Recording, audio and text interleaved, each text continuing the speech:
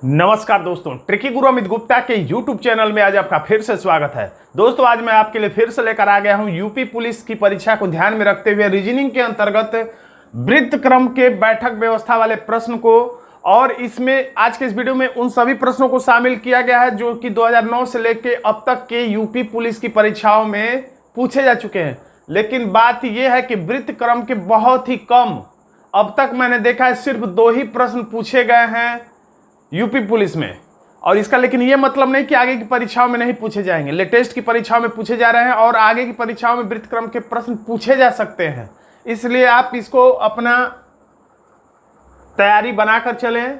और देखिए, वृत्त क्रम के प्रश्नों को हल करने के लिए एक मोटा मोटी जानकारी आपके पास ये मैं थोड़ी सी बस भूमिका बना दे रहा हूं कि जो वृत्त क्रम का प्रश्न रहता है उसमें जो यहां पर बैठता है उसका चेहरा जो है आपके सामने होता है और इसका दायां जो हाथ है ये होता है।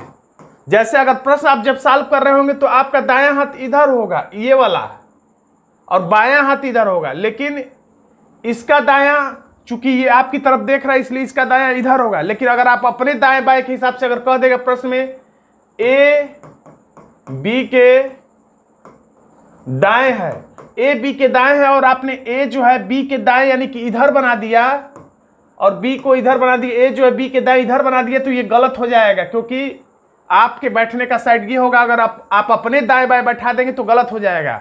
इस ए के दाएं बैठाना है, यानी ये जो यहां पर बैठा है इसके दाएं बैठाना है। आप अपने दाएं बाएं मत बैठाइएगा। लेकिन यहां पर जो बैठा होगा व्यक्ति उसका बाल दिखाई देगा और इसमें दाएं हाथ ये होगा जो कि आपके दाएं के समान ही होगा, तो यहां पर कोई दिक्कत नहीं। लेकिन इस साइड में बैठाने पर थोड़ा सा पलट रहिएगा क्योंकि आपका दायां इनका बायां होगा, आपका बायां इनका दायां होगा। खैर, हम लोग प्रश्न देखते हैं। देखिए यहां पर प्रश्न है A B C D E और एफ, यानी कि एफ तक है, यानी कि 6 लोग हैं। तो जब देखिए 4 लोगों की बात रहे तो प्लस बनाया करिए। 8 लोगों की बात रहे तो प्लस बनाने के बाद गुणे बना दिया करिए। उसके बाद आप चाहें तो वृत्त भी बना सकते हैं। वृत्त बनाने की वैसे खास जरूरत नहीं, आप ऐसे ही 8 बना सकते हैं। अगर 6 कहे तो आप ऐसा वाला x बनाया करिए, उसके बाद बीच में एक ऐसे लाइन चला दिया करिए, तो आपका काम हो जाएगा। तो उसी तरीके से इसमें 6 लोगों की बात है तो हम लोग x जैसा बना के अब बीच में एक ऐसी लाइन खींच देते हैं। और वृत्त कर रहा है तो आप चाहें तो ऐसा बना लीजिए। और ज्यादातर मामलों में वृत्त में केंद्र की तरफ ही मुंह होता है। लिख रहा है एफ जो है, एफ नाम ए के बाएं, लेकिन तुरंत बाएं नहीं, दूसरे स्थान पर है। एफ किधर है तो एफ जो है एफ किधर है तो ए के बाएं हाथ की तरफ, इधर जो बैठा होगा वो आपके दाएं बाएं के समान ही होगा। तो एफ जो है ए के बाएं हाथ की तरफ दूसरे स्थान पर है, यानी यहां पर है, एक छोड़कर है। ये दूसरा स्थान, ऐसे सब लिखने की जरूरत नहीं है। बी जो है ए के दाएं दूसरा है। बी किधर है तो ए के दाएं यानी कि इधर आपके दाएं बाएं के समान होगा। ए के दाएं दूसरा, यानी कि ये पहला और ये दूसरा। ए के दाएं, देखिए बी किधर है तो ए के दाएं दूसरा है, ये है बी।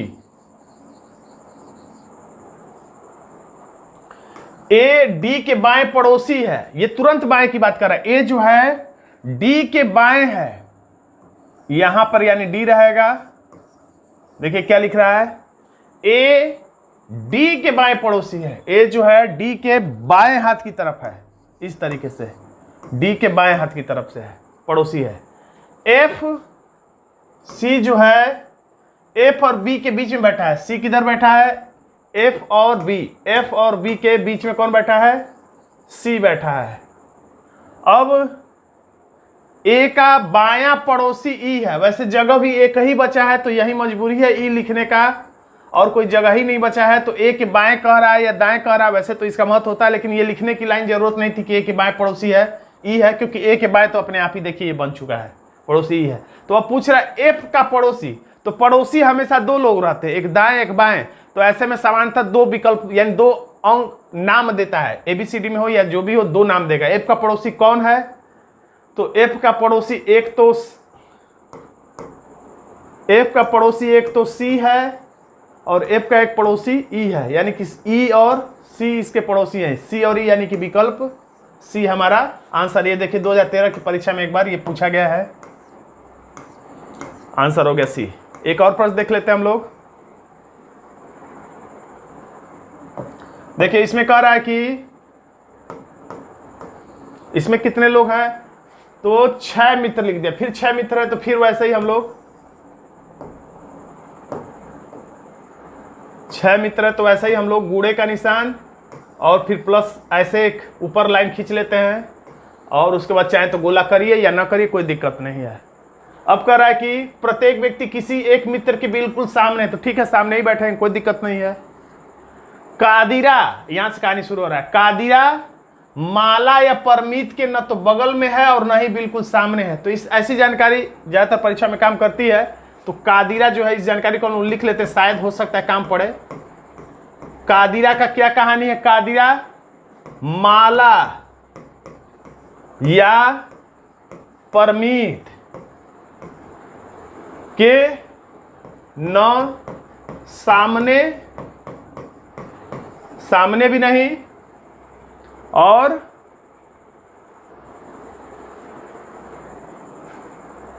कि न तो सामने और न ही बिल्कुल बगल में, यानी कि बगल नहीं, यानी कि न सामने होना चाहिए। कादिरा जो है न तो सामने होगा न बगल में होगी। अब आगे लाइन पढ़ते हैं। परमीत लता के बिल्कुल सामने है, तो ठीक है यहां पर हम लोग परमीत लिख लेते हैं। परमीत जो है लता के बिल्कुल सामने है, तो ये सामने हम लोग यहां लिखे, आप चाहे तो इधर भी लिख सकते थे, आमने सामने बस लिखना था। परमीत लता के बिल्कुल सामने बैठा है। अब नीलू की कहानी। नीलू परमीत के तुरंत दाएं बैठी है। नीलू जो है परमीत के दाएं, तो देखिए अब यहां पर वो जानकारी काम आएगा। परमीत के दाएं अगर आप अपने दाएं इधर बैठा देंगे, देखिए यहां पर नीलू को अगर यहां बैठा देते हैं अपने दाएं, परमीत के दाएं, और आप अगर अपने दाएं बैठा देंगे तो गलत हो जाएगा, क्योंकि परमीत का चेहरा इस समय इस तरीके से होगा, क्योंकि सबका चेहरा इस केंद्र की तरफ होता है, कहे तो भी ना कहे तो भी। तो कह रहा है कि नीलू किधर है, तो परमीत के तुरंत दाएं, यानी कैसे होगा, तुरंत दाएं, यानी कि नीलू यहां पर है। तो ये जानकारी देखिए यहां पर काम आ गई। थोड़ा सा पेन मेरा मोटा नहीं चल पाता है, क्योंकि नोट पर मैं नहीं पढ़ाता हूँ, पीडीएफ पे पढ़ाता हूँ, इसलिए मुझे 1-2 बार लिखना पड़ता है। नीलू के तुरंत, परमीत के तुरंत दाएं हो गई नीलू। माला नीलू के सामने बैठी है। माला नीलू के सामने, तो इधर सामने, इसीलिए हमने पहले एक्स और ये बना लिया था, लाइन खींच लिया था, इसलिए हमें सामने बैठाने में कोई दिक्कत नहीं है। नीलू के सामने कौन है? माला नीलू के सामने, तो यानी यहां पर हम लोग लिख लेंगे माला। माला लिख लिए। ओली परमीत के तुरंत बाएं बैठा है। ओली किधर है? परमीत के तुरंत बाएं, तो परमीत ऐसे बैठा होगा, तो परमीत के तुरंत बाएं यानी कि इधर। परमीत के तुरंत बाएं कौन है? तो ओली है।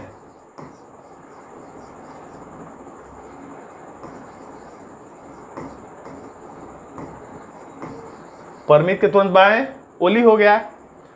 ओली के सामने कौन है? तो ओली के सामने देखा जाए कौन है, तो ओली के सामने अभी खाली जगह है, तो अब एक नाम होगा जो बचा हो, क्योंकि एक ही सीट खाली है और एक ही नाम बचा हुआ होगा इसमें, तो इसमें से ढूंढना पड़ेगा वो नाम कौन है। लता हो चुका है, माला, नीलू, ओली, परमीत भी हो चुका है, कादिरा नहीं हुआ, तो यहां पर हम लोग लिख देंगे कादिरा। और यही प्रश्न पूछा ओली के सामने कौन है, तो ओली के सामने कादिरा है, हमारा आंसर हो जाता है सी। ये वाली जो जानकारी दिया था इसको भी हम लोग चेक कर लेते हैं कहीं गलत तो नहीं हुआ है। तो बोला था